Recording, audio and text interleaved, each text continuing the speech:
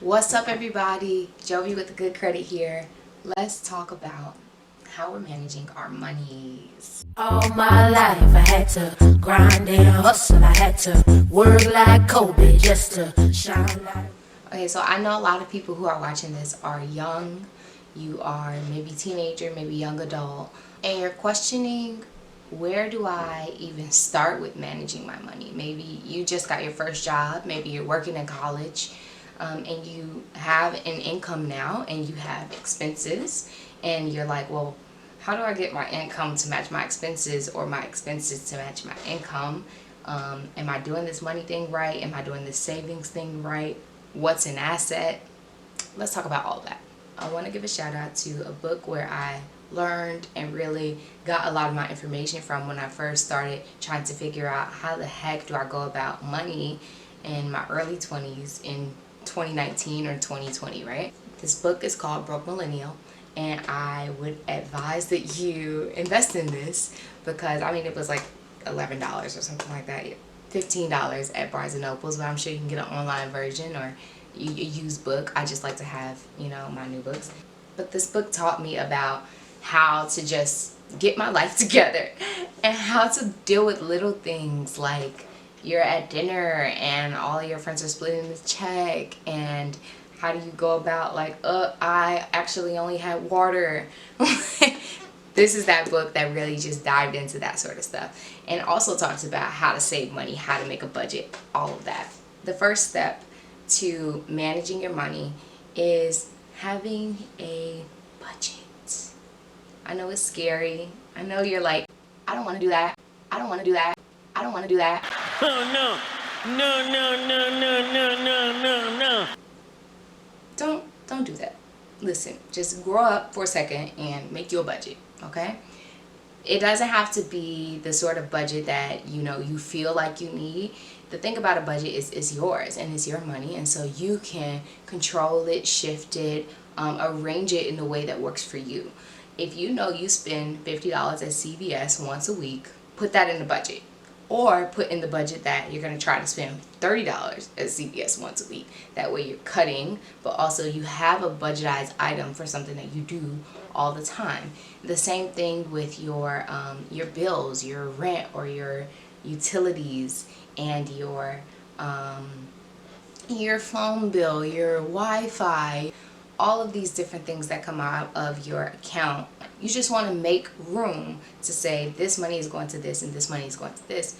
One, so that you know where your money is going, and two, so that you don't feel bad when you're spending it. Like, I'm gonna order out for dinner tonight, and I know that I have an order out for dinner budget, and so that is okay if I order out twice a week or something like that. That's how I do things. Just make it feasible for what you want, and that will be the first step to controlling your money, your expenses, your income, and really having financial freedom. I also want to say this video is not sponsored in any way. Like, I don't even have enough subscribers right now for that, and so I'm not shouting out something because they're paying me. I'm shouting it out because it actually helped me, and I'm really saying that it could help you too. The second thing is managing your debt. So there are some people out there in this world today who don't even know what debt is, will never know what debt is, who can pay cash for a house in Beverly Hills. There are some people out there who have buku money. And then there are the rest of us who have debt. And debt isn't a bad thing. It just means that you have taken out a loan of some sort or taken credit of some sort to expense something or pay for something. I want to get out the notion that debt is a bad thing because, for instance, people have mortgages on their houses, and that allows them to live in a house that they want to live in for, several years. It's not debt that's a bad thing. It is when you don't know how to manage your debt that impacts you negatively. You want to make sure that if you have credit cards, if you have student loans, if you have other bills and expenses, that you're paying them on time and you're paying them in full amounts or as full as you could possibly pay them, so that you don't have lots of interest building up.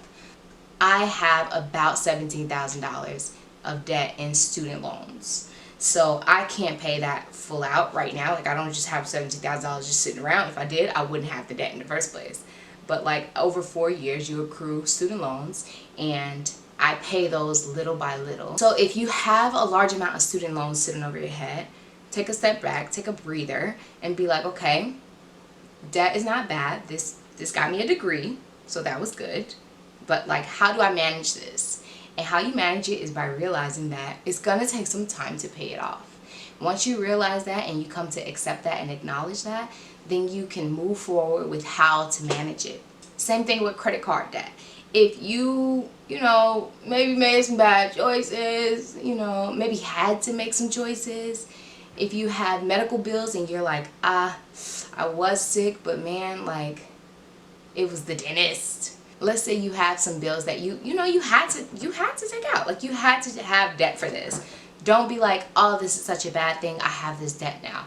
Realize, acknowledge, and accept that this is where you are. This is where you are now. Let's move forward and let's figure out how to manage it. The first thing to managing your debt is paying it off on time. Every month you want to take time to pay off your debt, to make sure that you're putting little by little onto the things that you owe, so that you don't have accruing expenses or accruing interest on top of what you already owe. For instance, I've been paying my student loans down monthly, but it took about 6 months or so for me to pay off all of the interest that had accrued while I was in college, in order for me to start paying on the principal. And now I make sure that I pay off whatever interest has built up. It'll be like $20 a month or something like that of interest, and so that I can pay off the principal. And so that's what you want to pay attention to, how you're paying off your interest and how you're paying off your principal in terms of like large loans like that. In terms of credit cards, the way to manage credit cards is that you don't spend the full limit, first of all. If you're like, ooh, Bank of America gave me $1,000 this month, let's go out. Big bank, tight, low bank, big bank, tight, low bank. You need to give them back their card, and you need to go sit down somewhere, because that's not your money, first of all, and that's not what it's for. It's not for you to just go spending willy-nilly. It is for you to show that you are a reliable credit user, to build your credit score. If you have a credit card or several credit cards, you want to keep your spending on them below, they say 30%, but I would say keep it below 15%. So if you have $1,000 on a credit card, for instance, if that's your credit limit, you want to keep your spending below $150. That will show to your bank that you are reliable, you're trustworthy, and they'll keep increasing your spending limits, and you'll keep it low, but your 150 might grow to 175. And but that doesn't mean that you spend that extra. It just means that you have proven trustworthy, and that's how you increase your credit score. Credit scores are important for a number of reasons. They're important to help you find housing, to help you get a good job. Sometimes jobs will check your credit score. They're important for you to be able to show to the world that you're financially stable and that you're financially trustworthy. Once you got the budget, once you got the managing your debt, now you know where your money needs to go, and now you're putting the money in the right places. Great. Now you want to think of savings. Savings is also not a bad thing. Saving is investing in yourself for the future. And so you have the sort of 401k, like I'm investing in the future, and then you have the I'm investing in later this year or next year or emergency funds. You have the sort of short-term and long-term investments. And what you want to do is especially make sure you're investing in your 401k, and that you have, for instance, if you work for an employer who matches a certain amount that you put in that full amount or as close to that full amount as possible. Go ahead and do that. And then once you've done that, that money is not even yours. You'll never see it until you're 65. For the short term, you want to invest in yourself, in your emergency fund, and for the money that you might need to go on a trip, or to buy a house, or to start your own business, or do whatever the things that you want to do. And so save a little bit of the money that you get every time you get a check. Every time you get a check, save a little bit. For me, I save about 15% of every check that I get, and I tithe 10% of every check. And so every time I get a check, not once a month, but every time I get a check, I'm saving 15%, tithing 10%. And so I don't even count that money as my income. That it just goes, it goes away. It goes away to a fund, and it goes away to God. And that's what I do. Figure out what's best for you. Figure out what you can manage and do that, because that will set you up tremendously when you need it. The fourth thing is multiple incomes. I know this is sort of like a tricky thing. Like, I just got this job, like, I'm tired, you might have kids, I don't know what's going on, but you want to try to make sure that you have several different incomes filling your account, so that you're not just relying on one source of income. Because as we've seen in this pandemic, something can happen to the market, something can happen to a recession could happen, and you could lose your job. And then how do you pay your bills? Do you have anything to sustain you, or do you only have one income to sort of keep you alive? Multiple incomes doesn't mean that you need to have 3 jobs. It just means that you need to figure out a way to earn money in several different ways. That's why a lot of people do YouTube, because that's another form of income, and it could be passive. You don't always have to do, you don't always have to make a video for you to earn money on YouTube, for example.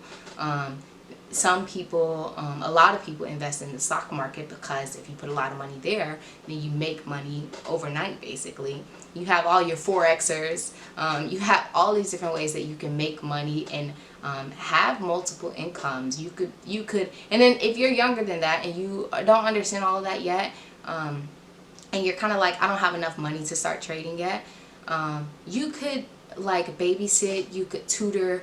It doesn't, your time doesn't always have to equate to the money you make. You could counsel people on how to get into college, for example. You could do so many different things to earn you some extra cash that isn't your full-time job. And so you want to just make sure you're doing that. And check out my video on side hustles during the pandemic if you need some ideas. And the last thing is to get you some assets and diversify those assets. What are assets? Put some respect on my check. Pay me in equity. Pay me in equity. Watch me reverse out of dicks. Assets are different forms of money. They are different forms of securities that could be turned into money. Learn about the stock market, learn about what it is and how it works, and put some money in there and learn how to diversify your assets, which means just invest in different things. Maybe you can invest in a little bit of tech, a little bit of airlines, maybe you can, and then maybe that's your sort of stock stuff, and then maybe you can also invest in real estate, and you can also invest in a friend's business and all those different things. That's all I have for you today. So like, comment, and subscribe, and take a look at Broke Millennial, the book that I mentioned earlier, because it really helps me to frame my point of thinking. All right, thanks. All my Bye. life I had to grind and hustle. I had to work like Kobe just to shine like Russell.